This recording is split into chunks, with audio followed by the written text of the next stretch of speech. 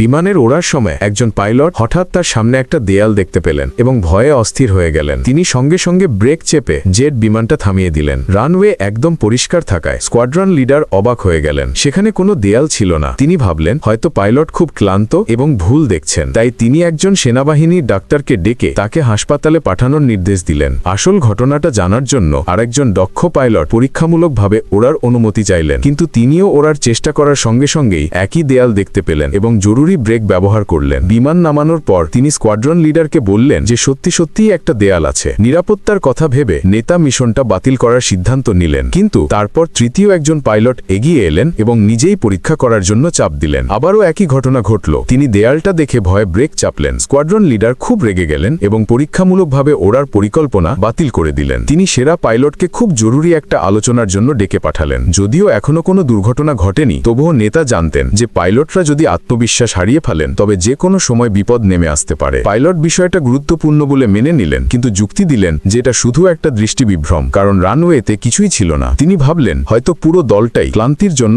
এমনটা ভুল দেখছে।